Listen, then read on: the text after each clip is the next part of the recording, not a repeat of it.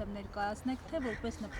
մտավորական, թե որպես քաղաքացի։ Այդ մտավորական բառի նշաձողը մի իջեցրեք, որտեղ ինձ համար մտավորականը ուրիշ նշաձողի վրա է։ Մարդ է, որ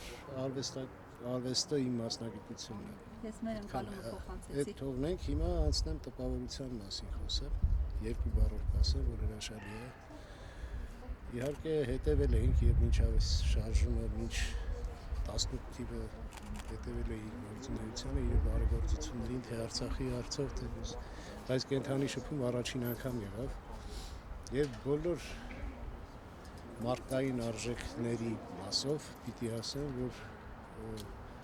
հագեցած եմ ուսեկել, որովհետեւ հասկացա, որ գործ ունենք իսկապես ուժեղ եւ մտավոր լուրջ կարողություններ ունեցող առաջնորդի հետ։ Ինչ ասես չեն ասում այս օրերին հասցեն։ Դե ասել է հիմա դուք գիտեք ինչեր են ասելու մեզ ձեզ եւ ինձ արդեն մի շաբաթ որ ինչ որ բան չի լինում այդ այլանդակությունները չեն գրում մի տեսակ վատ ենք զգում հուսամ հունիսի 7-ին կվերջացնենք սա եւ այդ այլանդակություններ գրողներին խորապես ցավակցում եմ որովհետեւ ես գոնե մի քանի օգուտ կգտնեմ եւ գիտեմ ինչ կանեմ անցնենք թեմային ես հիմա ուղղակի որպես մարդ որպես քաղաքացի որպես Երևանի տղա որպես Ծախնու Վալաշկերտցի Փանիվցի ես ուզում եմ խնդրեմ բոլոր նրանց ովքեր անտարբեր են ձեր անտարբերությամբ մի նպաստեք Թուրքի գալուստին մի մասն էլ հավատացած է որ խաղաղություն է լինելու այդ հավատացածներին պիտի ցավոք սրտի տխրեցնեմ որտեղ սխալ տեղ են հավատում Հավատալ կարելի է մարդուն, իսկ ոչնչությանը հավատալը մի քիչ կներեք, բայց մտավոր կարողություններից զուրկ մարդու երևույթ է։ Երբ որ հավատում ես, բայց չգիտես ինչին։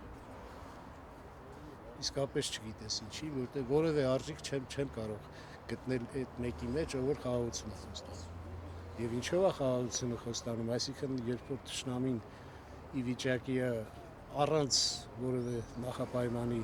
վերցնել տարածքներ եւ վերցնել գերիներ եւ պահել վերջը այդ դրա խաղաղությունը ո՞րն է չի կարող լինել խաղաղություն եթե մենք պետք է չգնանք ընտրության կամ գնանք ընտրության աստված չան ընտրենք թուրքերին իսկ դուք ինչ եք նկատում մեր ժողովուրդը պատրաստ է փոփոխություն անելու հիմա ժողովրդի տոկոսային մասին չեմ կարող խոսել ցավոք սրտի որտեղ ինքներս տեսնում եք ժողովրդի վիճակն է ամեն դեպքում հուսամ ժողովրդի մեջ կարտնանա այն իսկական հայ գենը, որ կգիտակցի, որ հայերը դեռ պատրաստ չեն թուրքերի հետ միասին ապրելու։ Հուսամ կգա այդ օրը, բայց այդ օրը կգա այն դեպքում, երբ որ ոչ թե նվաստացած եւ մուրացող խաղաղություն ունենանք, այլ պարտադրված եւ ուժեղ, որը կունենանք։ Պարոն Ամալյան, եւ ես դրա համատեքստում նաեւ չեմ կարող չանդրադառնալ Արցախի թեմային, որը այս պահին ամեն գնով ուզում են այդ դուռը փակել, այսօր էլ իշխանական տեսակետները հետևյալն են, որ Հայաստանի Հանրապետությունը ազատել են Լեռնային Ղարաբաղի թակարդից եւ ավելին Ես այս մտածելակերպով մարդկանց համարում եմ հոգեբուժարանի կարիք ունեցող, ովքեր կարող են մտածել, որ Արցախը տվել են հանուն խաղաղության։ Արցախը պատերազմի պարտություն է, ոչ թե խաղաղության արժեք։ Սկսենք այդտեղից։ Եվ ասեմ մի հրաշալի բան, ինքս միստիկ երևույթների չեմ հավատում եւ չունեմ այդպես կարծիքներ միստիկայի եւ սնոտիապաշտության հետ, բայց մի բան գիտեմ, որ մինչեւ երևի թե 2030 թիվը որևէ տարվա մեջ 26-ն, 27-ն, 26-ը չենք հասցնի, բայց 27-28-ից կսպասեմ, որ ես նորից դադի վանքում իմ ընկերների հետ կմասնակցեն պատարագի։ Պաշտոնը սպառնում է, ասում է ով Արցախի բացի իմ հետ է գործ ունենալու։ Ես իր հետ չեմ ուզում գործ ունենալ, որովհետև ինձ համար ամենապարապ եւ ամենաավելորդ ժամանակը գտնում, որով նույնիսկ եթե դա մի րոպե է տևելու, չեմ ուզում։